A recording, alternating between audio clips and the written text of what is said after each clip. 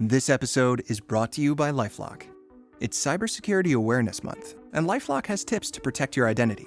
Use strong passwords, set up multi-factor authentication, report phishing, and update the software on your devices. And for comprehensive identity protection, let LifeLock alert you to suspicious uses of your personal information. LifeLock also fixes identity theft, guaranteed or your money back. Stay smart, safe, and protected with a 30-day free trial at LifeLock.com/podcast. Terms apply. Welcome back to another edition of the Disney Dish podcast with Jim Hill. It's me, Len Testa, and this is our show for the week of Schmersday, September 25th, 2023. On the show today, news, listener questions, and a survey that might point to the future of the Galactic Starcruiser. Then in our main segment, Jim tells us about the best Disney fireworks show that you've never seen. Let's get started by bringing in the man who says, stop blaming yourself and learn feng shui so you could blame the furniture instead. It's Mr. Jim Hill. Jim, how's it going? Oh, I'm so glad you bring up feng shui because, when Disney was making Hong Kong Disneyland. Oh, yeah. Oh, no, they took this very seriously. I mean, there's a great story by Laura Holson in the New York Times back in April 2005, 5 months before the park opens. And it starts with, in building the new entrance to Hong Kong Disneyland, Walt Disney executives decided to shift the angle of the front gate by 12 degrees. Yep. As it goes on, they say, we did so after consulting a Chinese feng shui master who said the change will ensure maximum prosperity for the park. And Disney then also put a bend in the walkway from the train station to the gate to make sure that the flow of positive energy, or qi, would not slip past the entrance and drift out into the Chinese Sea. And Len, what this makes me think is I should start wearing a hat that bends so that my remaining hair does not slip off my head and go out into the Chinese Sea, That's exactly it. Did the article mention anything about the automated arms that shake tourists upside down for the last set of renminbi that they have? Well, that is another maximum profitability feature, Disney's like, well, look, you have your ways. We have ours. There we go. There we go. All right, Jim, let's do a quick shout out to subscribers over at disneydish.bandcamp.com. Thanks to new subscribers Lachlan Mason, Don Sullivan, Jennifer Benters, and Squishy Mom. And longtime subscribers Lee Stone, Movie Buff, Dory Kimball, and Co-Star Art Guy. Jim, these are the Disney wildlife control experts who successfully coaxed a bear out of Frontierland last week. They said the bear was just there to see the jamboree and was never a danger to guests. Unlike the giant squid that sneaks into Seven Dwarfs at night, still all mad about 20,000 Leagues. True story. Wow. Yeah, the bear gets all the attention. Well, the bear gets all the attention. And by the way, did you see the video of them relocating the bear to Ocala? I saw the video, but honest to God, as soon as I heard from a cast member in the park that it was a bear, I texted our friend BioReconstruct to scramble the helicopters. And he's like, Channel 2's already there. I can't get in.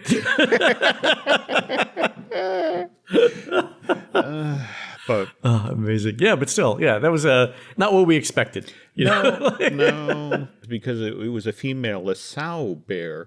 There were some secondary concerns to the effect of, are there cubs? Yeah. Well, no, that's it exactly. They're throwing the bear in the, a container and then 50 miles down the road to Ocala. But evidently, they literally had a vet examine the bear and go, no, good. She's good. So, send her on her way. The thing that I heard was at one point, I guess the Magic Kingdom was sending guests over to Epcot, but before 2 o'clock, even guests without the park hopping thing. But there was a delay in the communication between the Magic Kingdom and Epcot about here's how we're handling the situation. So basically, it was like just put them on the bus, send them over to Epcot, let Epcot figure it out. We've got things over here.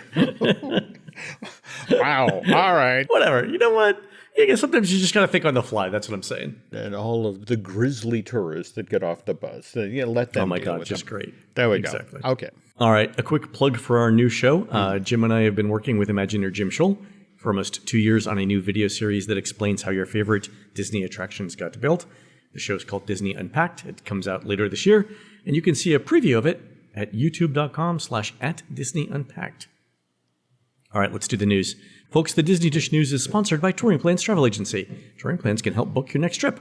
Plus, it comes with a free touring plan subscription. Check us out at touringplans.com/dish. All right, Jim. Big piece of news, I think, this week is that at an investor conference in Walt Disney World this week, Bob Iger announced that Disney would spend $60 billion on parks, resorts, and experiences over the next decade. So that's theme parks and cruise ships, right? All right. And that's follows on the heels of Bob Iger saying earlier this year that Disney would spend $17 billion in Florida over the next 10 years. So just for some context, I went back and looked at the last decade of Disney annual reports, which are all online. Not adjusted for inflation, Disney spent about $3.2 billion a year on Disney parks, experiences, and products. So like DPEP, right? But if you adjust that for inflation, it's about $4 billion a year over the last decade. And if you're assuming 4% inflation going forward, $60 billion in today's money is worth about $50 billion over 10 years. So if you look at this announcement, taking inflation into account, it's probably a 25% increase in parks spending over the next 10 years. So that's good, right? That's better. That is a positive thing. That is. Okay. But is anybody connecting the dots between we make this announcement of $60 billion and the Epic Universe thing up the street that we're going to have to respond to? Well, that's the thing. So because at the same conference, Josh D'Amaro dropped Wakanda in with Coco, Zootopia, and Encanto as IP that Disney's considering for park expansion. So, I mean, here's my thing. I don't think Walt Disney World can support a fifth park. No. My comment on this is always they should finish the third and fourth parks first before they build a fifth, right? And that's true, right? Animal Kingdom is still no more than 3/4 of a day park. The studios, even, God forbid all the rides are running, but if they were all running, that's still like a 3/4 of a day park. Yeah. Finish those two things off, and there's plenty of room for expansion, right? So, but again, let's not lose sight of the main thing. That is a 25% increase in parks spending and cruise ships is good. No, this is a great thing, but I just want to point out one historical parallel. In fact, October 23rd, 1972, New York Times published a story about a $50 million expansion program at Walt Disney World to include a new hotel, 300 campsites. This is also what got funded the Florida version of Pirates, the Space Mountain, all of this stuff.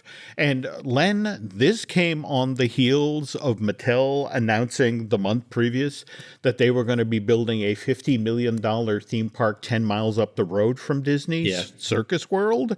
So history kind of repeating itself here, just sort of like, people up the street are doing things. We have to spend some money. So that's definitely one of the things that I thought about. The other thing I thought about is you and I have talked about this on the show for a while, but Disney treats its parks as a cash cow, right? The parks are generating billions of dollars in profit every year, and that's going to things like let's build Disney Plus, or let's buy Marvel, or let's buy Star Wars, right? The money for those operations largely comes from the parks. Oh, yeah. No. Right?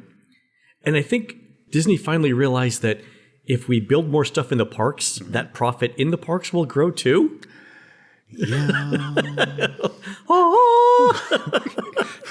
Wait a minute. We have to feed the cow? Exactly. We have to feed our cash cow. Oh, man. Why has nobody told me about this? Yeah, so I think that's part of it too. Like if they want more money to come from the parks to feed other parts of the business, they have to increase spending in the parks to do it. And I think that's the other part of the message here. So very good. Yep. All right. Speaking of money, our friend Alex Sinek wrote in with an observation that Disney's started to list, quote, market price as the cost of vegetarian and vegan dishes at some sit-down restaurants. So, for example, at the 50s Primetime Cafe for lunch and dinner, if you want Cousin Harold's vegetable garden, it doesn't list a price. It says market price. And the same thing for the vegetarian blue plate special, that it's also market price. So, like if you want to know what a pot pie costs, $24, right? You want to know what meatloaf costs, $23. Do you want to know what turnips cost? No idea, right? So, Jim, I mean, here's the good news, right? You have to be up at 7 a.m. anyway to make Genie Plus and individual Lightning Lane reservations.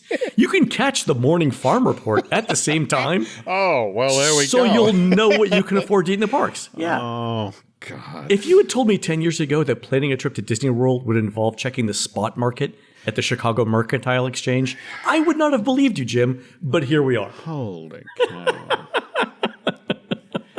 Just sort of a local anecdote to key off of this. We had a terrible, wet, cold spring up here in New England. And as a direct result, the apple crop, and this is, you are literally in... This is apple harvesting season. Yeah. And it's just sort of, it's had a huge impact, and it has rippled out to the various retail chains. You go grocery shopping now and you want an apple, you have to sit down with the loan officer. Exactly. So you have to wonder, were other vegetables and fruits impacted? And this is why we're seeing this. But wow, market prices. Yeah, they now I guess when they hand you the menus, there also comes with a FAFSA form, so you can ask for financial aid. I don't know how this is working, but whatever. Anyway, God. Okay. Also, Jim, I don't know if we've assigned dates to it, but Universal said this week that the Halloween Horror Experience in Las Vegas will open in 2025. And the Texas theme park for kids will open in 2026. So Universal's busy. Oh, no, absolutely. And I don't know if you also saw what Mark Woodbury, the head of parks, was just saying about when Epic Universe comes online, they're looking to make a transition for the entire Universal Orlando Resort, where it's entry to the parks and all that is based on facial recognition. I mean, saw that. Yeah, they're moving in some very interesting directions. Yeah, that'll speed things along if it works right. But then, I mean, there's obviously concerns with that. So, speaking of Universal, our friends over at Screamscape have a rumor that Universal is interested in adapting its Universal Cool Japan event for the United States. So this is sort of like Halloween Horror Nights, but they do it in late spring and with pop culture icons from various Universal franchises? Well, not only that, but also Japanese pop culture. In fact, they did a Shin Godzilla thing a couple of years ago where, again, it's Godzilla getting up out of Osaka Harbor and then coming and eating the theme park. And it was like, I want to get on a plane. I want to see this. I need this T-shirt. Yeah. And more to the point, my daughter, Alice, who loves a One Piece, they do this amazing thing with that set of characters, this sort of water battle with guests at the park that, I mean, it really has to be seen to be believed. But amazing. I'd love it if they brought this stateside. Yeah, so the idea here, I think, is you'd have walk-through houses like they do at Halloween Horror Nights, but with other IP or, and this is the idea I like, classic, no longer here, Universal Orlando attractions. That could be. I mean, Disney, why are you not doing this, right? Well, remember, there was always that talk about, Disney doing in fact, as part of the Play Pavilion, the black box, the notion of this is an attraction, this is one attraction for 3 months, and the next 3-month period, it's celebrating an entirely different IP, and they talked about it, they just didn't do it. And it doesn't have to be super complicated, like a walkthrough of Horizons or Mr. Toad's Wild Ride. No. Or, for Universal, like, Jaws or whatever. I mean, that would be fantastic. Yeah. Also, they're talking about live entertainment that used to exist, like Ghostbusters, bringing that back. I think it's just a fantastic idea. Yeah, no, I agree. And again, if you hammer on Ghostbusters, the live show for the park, every so often you'll look and go, is that Wayne Brady? And it's like, yep. It's true. Yeah. So. All right. Last Universal thing. If you're headed to Orlando and you're going to play Minions Blast, you can use the Universal Orlando app to tell the ride who you are. And there's actually a leaderboard at the end of the ride showing scores by name. And if you wanted to make your name Bacini, Bacini, which is the name of our friend Derek Bergen's dog, who happens to be 10th right now on the leaderboard, that would be great. So anybody that's heading down, Bacini. I love that this is revisiting the person of the century at Epcot. Exactly. Oh, no, I'm 100% behind this idea. But, you know what? I'm going next weekend. We're going to play. Okay, Bacini. Put that name up there, folks. Exactly. All right. And then one quick story. So I was at the Magic Kingdom. I actually texted this to you when it happened, just so we remember it. Yes. Just the Magic Kingdom earlier last week.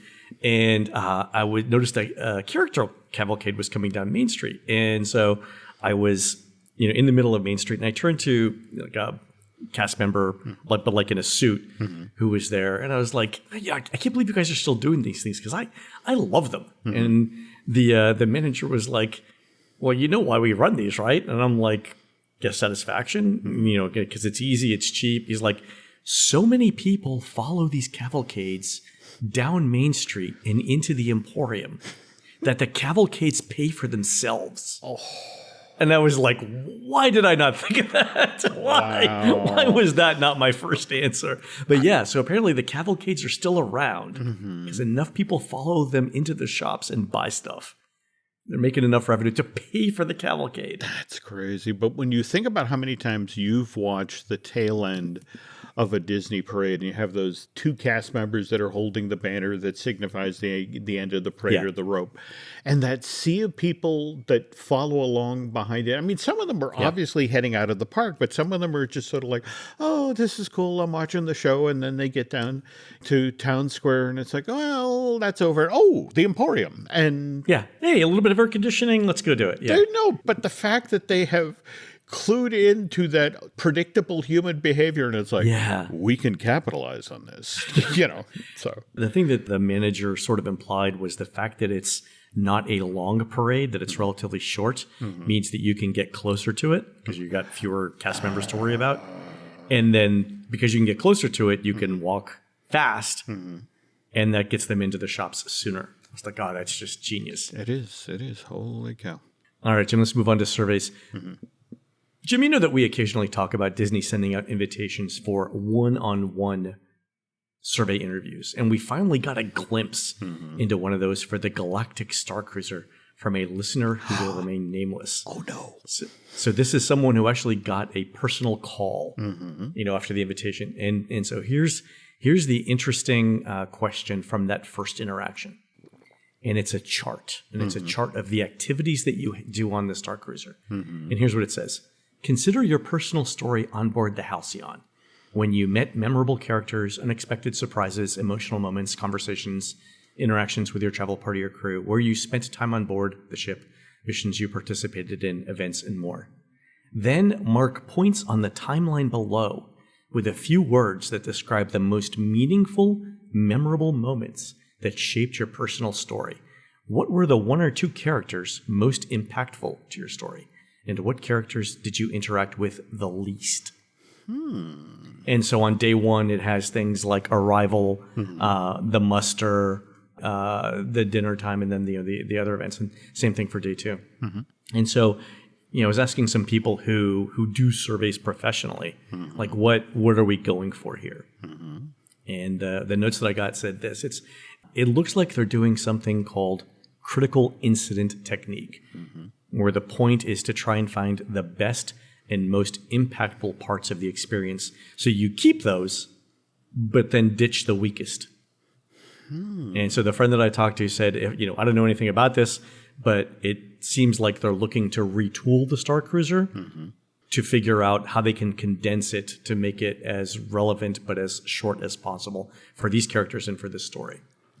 Wow. So if you wanted to do a one-day experience and cram in just the good stuff. Yeah, there you go. Wow. Okay. That's intriguing. Because weren't we initially assuming there was going to have to be some sort of write-down? I mean, just given they are. They're writing it down. They've already taken that hit. Okay. All right. But the question was whether they were going to depreciate it all and then open it up as something else. And that's where we were sort of confused because, anything that they wanted to do would take, tens of millions of dollars. And the question was, do you put tens of millions of dollars into a failed concept, trying to make it better and shorter, or do you just use that money on something else? And so I think this is part of that thought process for Disney. As somebody who genuinely enjoyed my time aboard the Halcyon, this is good news. Also, Jim, and we don't need to answer this question now, but you and I have stories that we have not yet told about the Starcruiser because it would have affected people who actually work on the Starcruiser. True. But it closes this week. Okay. Could we tell some of those stories? All right. You think about that for next week. All right. Because now those people are still employed by the company, but no longer in that role. So could we actually tell the stories? Interesting. Anyway. Okay. All right. Okay. Think about it. Mm-hmm. All right. Also, I got a survey from my visits this past weekend to Walt Disney World. There were a couple of interesting questions on them. Mm-hmm. So just for context, real quick, I visited multiple parks per day, every day for a few days in a row. Mm-hmm. So some of these questions are related to that sort of behavior. And so one of the questions is this. Mm-hmm. You indicated that you visited each of the parks below on a particular day. Mm-hmm. Please indicate the order in which you visited these parks. So I had Magic Kingdom, Epcot, and the studios, and they asked me to list 1, 2, 3, the order in which I visited them. Mm-hmm. And so I suspect this is either a preference question, like what's the primary park you wanted to visit, or it's something related to park hopping without reservations. Okay. Like they're trying to figure out, if you start in the Magic Kingdom, where do you go next? 30% of our guests go to Epcot, 20% go to the studios, whatever. But all guests use a touch point to get into the park. Wouldn't they already have this information? Like, I know you went into the kingdom. Yeah, it's just easier to get in the survey. That's what I'm thinking. Look, we could contact IT, but it's a 6-month wait to get data. All right. We could just ask the survey and have the answers next week. Got it. Okay. And then the next question. Did you or did anyone in your party participate in or visit any of the following during your trip? And it lists things like Busch Gardens, Kennedy Space Center, Legoland, weddings, ocean cruises, a bunch of stuff. The one thing that it doesn't list here, Jim, Universal Orlando. Yeah. Remember, you Disney especially writes the survey to get the results they want. Nobody in-house wants to actually see that. We don't want to know. We don't want to know. But, but what intrigues me about this listing, again, just top 5 here, Busch Gardens, Tampa, Kennedy Space Center, Legoland, Florida, and then Disney's Boardwalk and ESPN Wide World of Sports Complex. Yeah. The Boardwalk? Yeah. Like, is this question from 1999? Like, what? And more to the point, it's like, all right, somebody's going to the Boardwalk, which means, they're arm wrestling the guard who, again, Fort Knox should have the level of security that the Boardwalk has. Yeah, that's the sub question. If you check the box that says Disney's Boardwalk, the follow up question is, how did you get in? There you go. Because we weren't letting you if you didn't have a reservation. The guys who used to stand out in front of Studio 54, only allowing in the attractive people, let in more people than the guy in the guard check at Boardwalk. Exactly. Yeah, like how are you even? Yeah. So okay. There was some confusion there. All right.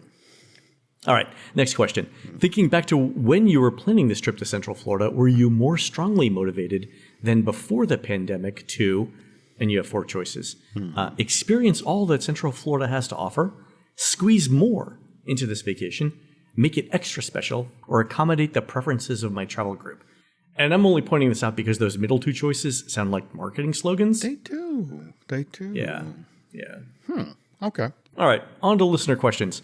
Our friend Shannon Ford writes in with more tips for Mickey's not-so-scary Halloween party, and here's a couple of them. Mm-hmm. The first one is that the spooky music overlay for Space Mountain doesn't start at 6. It really starts around 6:30 p.m. Mm-hmm. So if you want to ride Space Mountain without a long wait and you want to hear the spooky music overlay, try for 6:30, not 6 p.m. That's good because I actually went right at 6 and did not get the music and thought they just weren't doing it. Very good. Okay. Also, the allergy-friendly treat options that are being handed out one by one, unlike the candy, which you and I have talked about, Jim, are being handed out by the shovelful. Oh, yeah. I understand the American Diabetes Strike Team is having words with the mouse. Exactly. Shannon did note that you can go around multiple times to the allergy-friendly treat option, so get as many as you want. Also, Shannon points out that staying late has some significant advantages. She pointed out that because they did the characters during the first parade, they got to Main Street after 10 p.m. They walked up to the hub to get as close to the castle as they could. And right at that moment, around like 10:15 p.m., a cast member dropped the rope and ushered them into a special area that had been blocked off before, so they had an excellent view of the fireworks. And Shannon points out this is one time it pays to be late for fireworks. There you go. Also, Ariel and Prince Eric had no one in line around 10:45. So again, if you want to wait out the crowds and then get in some good character greetings, that's the way to do it. Also, the best time to see the stage show is midnight, which is the last one. And I think Christina from our team said the same thing. the party's over, so you're not missing out on anything else. It's the last stage show, so it's easiest to say. This is the hocus pocus spectacular thing. And seriously, this show all by itself is worth admission to the park. For the this and the parade are two fantastic things. Yeah, there you go. There you go. All right, our friend Avery writes in to say a quick piece of feedback on the listener suggestion last week for a Rocketeer-themed coaster that goes over Autopia. The biggest problem with this is the additional cost of equipping every seat with a rebreather to filter out the smog from the cars. Otherwise, great idea. And I pointed out to Avery that in Florida, the official scientific name for engine exhaust is the scent of freedom. No word on if California has other ideas. But, there we go. There we go. All right. Levy writes in with a comment about Disneyland's timing for the closure of Haunted Mansion in 2024, asking, do you think that the Haunted Mansion additional dates in January might be due to the crowds for Marathon? Yeah, and so the Disneyland Half Marathon is coming back. It's actually January 11th to the 14th, 2024. So I think Mansion will be open for that because they need capacity. But then, it's still, right around that third or fourth week is when it's going to close. So, our previous question about it's like a 50-50 chance whether it's going to be open. Plan accordingly, folks. And then last thing is Andy wrote in with this. On last week's show, you gave a shout out to Plaid Sabbath. If that's not a metal cover band made up of VIP tour guides, I don't want to live on this planet anymore. Yes, Andy. Absolutely, Andy. Absolutely. Okay, cool. So. All right, folks, we're going to take a quick commercial break. When we come back, Jim tells us about the best Disney fireworks show you've never seen. We'll be right back. More rewards, more savings. With American Express Business Gold, earn up to $395 back in annual statement credits on eligible purchases at select shipping, food delivery, and retail subscription merchants, including the $155 Walmart Plus monthly membership credit and $240 flexible business credit. Enjoy the benefits of membership with the Amex Business Gold Card. Terms apply. Learn more at americanexpress.com/business-gold. Amex Business Gold Card. Built for business by American Express. The family that vacations together stays together. At least, that was the plan. Except now, the dastardly desk clerk is saying he can't confirm your connecting rooms. Wait, what? That's right, ma'am. You have rooms 201 and 709. No, we cannot be 5 floors away from our kids. The doors have double locks. They'll be fine. When you want connecting rooms confirmed before you arrive, it matters where you stay. Welcome to Hilton. I see your connecting rooms are already confirmed. Hilton, for the stay. This episode is brought to you by 20th Century Studios' new film, Springsteen, Deliver Me From Nowhere, starring Golden Globe winner Jeremy Allen White and Academy Award nominee Jeremy Strong. Scott Cooper, the director of the Academy Award-winning movie Crazy Heart, brings you the story of the most pivotal chapter in the life of an icon. Springsteen, Deliver Me From Nowhere. Only in theaters October 24th. Get your tickets now. Jim, fireworks shows that we've never seen. Yeah, and you've been to your share of Disney media events and officially and unofficially, sure. Yeah, well, there we go. Did I end up in a trash can being smuggled into the Star Wars event? Maybe. Who's to say? Okay, but you have seen your share, or more than your share, of special one night only fireworks displays. Yep. Didn't you get into the Mission Space press event back in August of 2003? And they did something like spectacular off of the Mission Space building, didn't they? I mean, yeah, they did that. There was a big event for Soarin', yeah. So like the early 2000s was really the last time I did an official media event for Disney. Okay.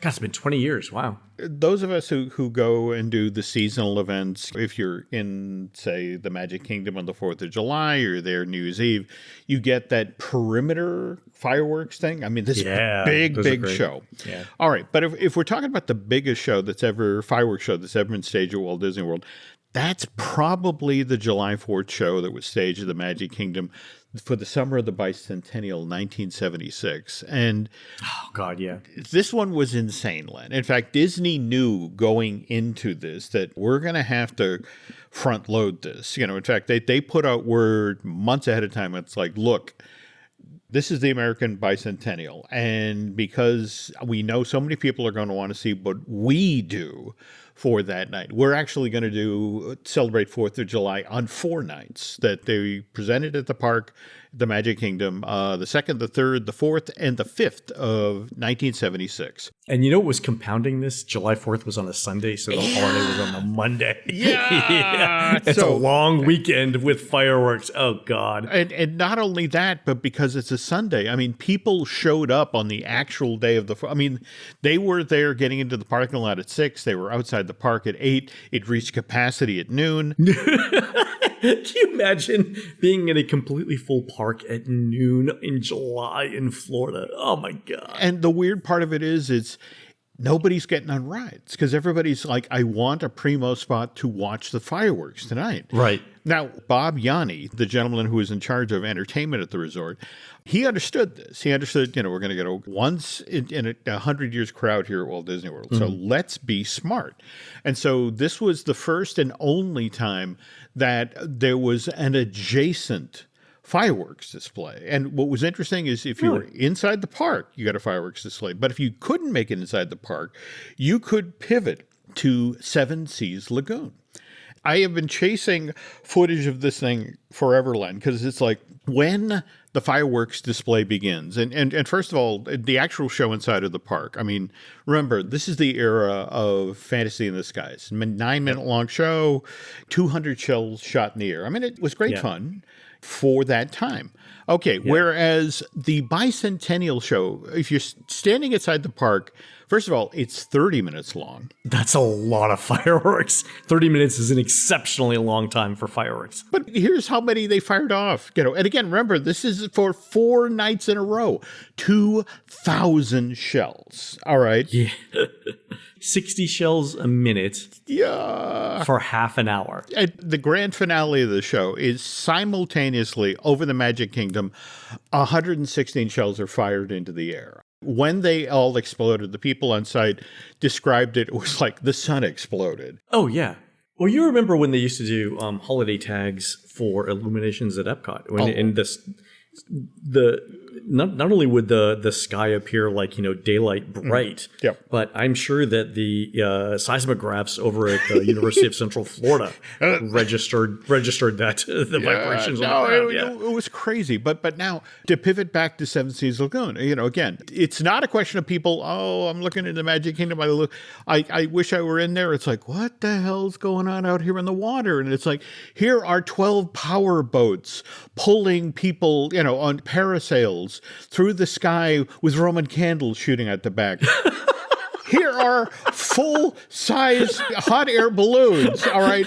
It sounds like something out of The Simpsons. Like, what's the craziest thing we can do and probably get away with it for just 4 nights? Like, before the odds catch up with us. Well, the other thing that amazed me is that they took the water pageant out to the middle of the lake and they anchored it. And then from each of those individual, and Len, you've seen these things. They are little flat boats. It's the nautical equivalent of a folding lawn chair. Pretty much. But they are firing fireworks shells off from inside these things. Why not? Oh, God. Hashtag America, Jim. Hashtag America. It was a different age in the 70s, folks. But anyway. I love the idea, though, that you're going to talk to an entertainer like, okay, we're going to put a parachute on you and we're going to drag you around Seven Seas Lagoon. And they're like, I don't really know anything about parachuting. They're like, you know what? You're going to land in the water. It's absolutely fine. There you go. By the way, can you hold these Roman candles? And they're like, well, how am I going to hold them? Like, you know what? We'll just tape them to your hands. It's fine. Oh, by the way, be sure and steer around the giant 55-foot hot air balloons while you're at it. Did we mention the other fireworks that will be going off around you? But you know what? The sky is big. Fireworks are small. There you go. You're fine. You're fine. They're actually screening people in 1976 like, did you happen to fly on a bomber in World War II? You're okay with that? There you go. We have a job for you. So that, hands down, was the biggest fireworks display ever to be staged at Walt Disney World, but not the most spectacular. Ooh. That display took place over a 2-day event that was staged 25 years ago, Len. 1998. Yep. Yep. And in fact, September 24th was the first date, and I want to say the 25th was the second date. But again, this wasn't staged inside a park. This was actually staged across from the entrance of Disney's Contemporary Hotel on a chunk of open lawn that was along the eastern shore of Seven Seas Lagoon. Who's the audience for this? This show was put on by Disney, but with the help of the American Pyrotechnics Association. I didn't know that there was an association that I needed to join, but now I do. Oh, do I have some news for you at the end of this show? All right, go ahead. You need to buy a plane ticket, Len. I'm just saying that. Okay. All right. So that chunk of lawn, the Seven Seas Lagoon, just a sea of white chairs, folding chairs, and a temporary stage setup. This is the American Pyrotechnics Association, which decided to celebrate its 50th anniversary as an organization by holding their annual convention at Walt Disney World. And the APA got started in 1948. In fact, they're celebrating their 75th anniversary this year on September 29th, in fact. Mazel tov, you crazy kids. But it started off 7 U.S.-based companies that manufactured fireworks decided to band together. And it was, it's like, look, let's promote proper pyrotechnic safety, as well as, trying to get a hand in when it comes to writing regulations, because, we want to sell fireworks in a lot of different states. So anyway, why would the APA decide to celebrate its 50th anniversary at Walt Disney World? The Walt Disney Company is the largest private consumer of fireworks in the world. Oh, yeah. And since they use pyrotechnics on all their properties around the globe, Disney has the most knowledgeable, most experienced fireworks team on the planet. I'm sure. Yeah, the APA was, just sort of like, we'd love to tap into this expertise. But Carol Burkett, who a longtime fireworks manager at the Walt Disney World Company, actually got asked in 2018, well, how do you get a job here working in pyro? And she flat out said, we prefer people to come in with no fireworks or pyrotechnic experience because we don't want them. Yep. Because we don't want to have to change their bad habits. We want to teach them our way. We want people who aren't afraid of it. All right. Anyway, pivoting back to the 50th anniversary convention, during the day, event attendees, they go to panels about new launch techniques. And by the way, it was supposedly at the show in 1998 that Disney trotted out, it's like, look, this is something we're working on. Everybody come outside, take a look at this. They demoed the air launch system. Oh, yeah. Disney did not bring this online in the parks till 2004. But, for people in the industry to sit there and watch a fireworks show or shell, fired 1,500 feet in the air and then explode, and just the thunk of it coming out of the tube and no residual pollution. It's like, wow, I am looking at the future.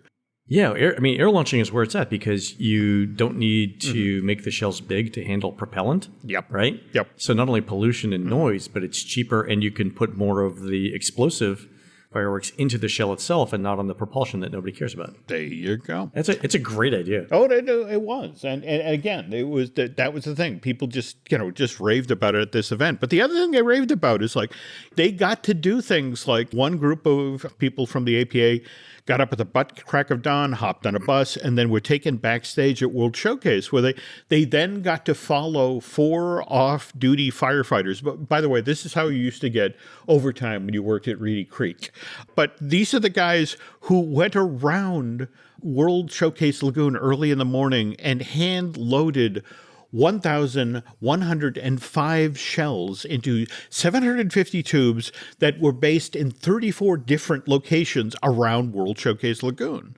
I mean, that's a lot. That's an all-day thing. Well, no, that's it. They'd start at 7, and by noon, if they were lucky, they were done. But if you were, somebody in the APA and then got a chance to have this sort of backstage access at Walt Disney World, you'd want to do something to say thank you to your hosts. And by the way, remember, September of 1998, 3 years later, the world changes. And the APA, while they came back in 2008 to Disney for their 60th anniversary, they never got this sort of backstage access again. I actually met some of the APA people in 2008 when they were there. Did you really? Oh, wow. Super cool. Yeah. I mean, they actually, some of them actually bring like inert fireworks samples with them. Like, my first question is, how did you get that on a plane? Like, how did you Because I don't know if you've ever seen some of the shells, but like some of them are basically basketball-sized pieces of pyrotechnic. Like, how did you? And so, like, we're in Columbia Harbor House, and they're doing like a little presentation. I'm like, how did you get that in here today? Like, what? Did you bring in a bag? Like, anyway. No, that's crazy. It was a different time, Jim. It was a different time. Okay, so how do you thank your host for a treat like that? Well, what you do is you first invite every Disney World employee who works in pyro to bring their family back to property to attend Disney Rockin' Rockets. This is, by the way, is the main reason that this event is staged over 2 nights, to make sure that there are enough seats for event attendees as well as those Disney World employees. So evening starts over in the lobby of the Contemporary Hotel Convention Center. Everybody has a few drinks, a couple of hors d'oeuvres, and then they walk out the front door and they cross the road, and they're now on that lawn we were talking about next to the eastern shore of Seven Seas Lagoon. And everybody sits down in the little folding chairs. And now who comes out on stage, Len, but Kenny Loggins. Okay. All right. And so he does a couple of numbers to warm up the crowd. And then as he launches into his 1986 hit, Highway to the Danger Zone, from the soundtrack of the original Top Gun, fireworks begin to explode in the sky over Seven Seas Lagoon. Oh, my God. Amazing. But here's the thing. Not just any fireworks. Oh, this is a trade show. They're bringing the special stuff. That's it exactly. Because again, it's not just the people who work with pyro. It's also the people who sell pyro, people from China, Japan, Germany. And so it's like they actually fought to, I want my product in this show. In fact, you were given a program, to the effect of for this number, that pyro will be from this on. Yeah.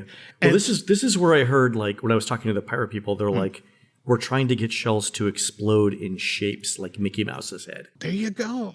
Yeah. Okay, go ahead. All right. So you are seeing shells you've never seen before. Yeah, stuff that you've never seen. Conceptual stuff that, you can build one off, but it doesn't make sense to build. And for me, what I love about this is, again, the names of, okay, these are the rainbow fan candles. Those are the whistling silver dragons. Oh, wait, the crackling flashes are about to begin. And, they're going to release the glitter mines, Crackling Flashes is the name of my Irish rock band. There we go. There we go. They open for the Plaid Sabbath, The Plaid Sabbath, exactly. Good one. Nice. So anyway, I need here to talk about Dr. John Conkling, who, by the way, was an adjunct professor of chemistry at Washington College in Chesterton, Maryland, before he became executive director of the American Pyrotechnics Association. This guy had 8 patents when it came to fireworks, so he knew his stuff. But anyway, John was there on the lawn across from the Contemporary, as the skies over Seven Seas Lagoon, all these spectacular shells exploding overhead. And when he got asked about Disney Rockin' Rockets, a guy who had seen hundreds, if not thousands, of fireworks displays over the course of his career said, this show was the best of the best. It was absolutely spectacular. I give Disney Rockin' Rockets the highest rating of any fireworks show I've ever seen. If you were to borrow Doc Brown's DeLorean, which, by the way, is an option that you can explore, the Back to the Future musical opened at Winter Garden Theater back on August 3rd of this year. So, and the show's dark on Monday. You could. So they're not using the DeLorean on Mondays. There we go. Okay. You could do this, but if you could go back to September 1998 and catch Disney Rockin' Rockets live and in person, which presentation would you have gone to? The one, again, where Kenny Loggins performed live on stage, or the one where the B-52s and 10,000 Maniacs performed? Ooh, can you imagine seeing Rock Lobster with fireworks? Just Rock Lobster. And again, what's fascinating, remember, it's different shells on different nights. So yeah, that's insane, yeah. 2 totally different, one-of-a-kind fireworks shows exploding over Seven Seas Lagoon. Amazing. All right, so I'm assuming that the American Pyrotechnics Association does this regularly, right? Well, interesting you bring that up, because this month they are celebrating their 75th anniversary. Ooh, there you go. And they are holding another convention. This one is in Tucson, Arizona, and it's being held at the Westin La Paloma Resort. If the previous pattern holds, some spectacular shells will fill the sky around this resort on the last night or so of the APA convention. So if you find yourself in Tucson. Now, mind you, you're going to have to, make your way to the Westin and go to the front desk and maybe slide a 20 across to get some information. Because remember, this is like the thing that happened at Walt Disney World. This was a private event that it keyed off of a convention. In fact, there were these great stories about people who are leaving the Magic Kingdom the night that Rockin' Rocket is being presented. And they've just been inside the park. They've seen Fantasy in the Sky. They're happy. And they're on the walkway. And they come out and see the greatest fireworks show of their entire lives. And it's one of these things, what the hell is that? What was that? That wasn't on the schedule, so... And they go back and tell their friends, and their friends like, I went and I didn't see anything. You must be, you're delusional. Okay, so Tucson, October 3rd through the 6th. There we go. So if you're in Tucson and you're headed to the Westin, just remember what my grandmother always used to tell me, and that's that you can get more with a smile and a roll of 20s than you can with just a smile alone. Very bright Doris woman. was a practical woman. Very bright woman. Okay. Wow, that's fantastic. All right. I'm going to have to go onto YouTube and look at the past performances here. If we have any listeners in Tucson who can make it out to this, let us know what it's like. Okay. That is a great show, Jim. Thanks very much. Just a fun story. And the irony is I was on Disney World property when this was going on. I was driving Perimeter Road and looked off to the side and like, what's the deal with all the white folding chairs? It's a wedding tomorrow. Don't worry about it. Why should I stop? I'm an idiot. And now you know. I know. All right, folks, that's going to do it for the show today. You can help support our show and Jim Hill Media by subscribing over at disneydish.bandcamp.com, where you'll find exclusive shows never before heard on iTunes. On next week's show, Jim gives us the history of Peter Pan's Flight, one of the rare attractions that appears in all 6 Disney resorts around the world. You can find more of Jim at jimhillmedia.com and more of me, Len, at touringplans.com. We're produced fabulously by Aaron Adams, who'll be sharing Mima Adams' famous no-bake graham cracker crumble recipe at the 2023 National Banana Pudding Festival on Saturday, October 7th from 10 a.m. to noon only at Mabel's Front Porch Stage in the Ag Pavilion just off Upper Ships Bend Road in beautiful downtown Centerville, Tennessee. While Aaron's doing that, please go onto iTunes and rate our show and tell us what you'd like to hear next. For Jim, this is Len. We'll see you on the next show.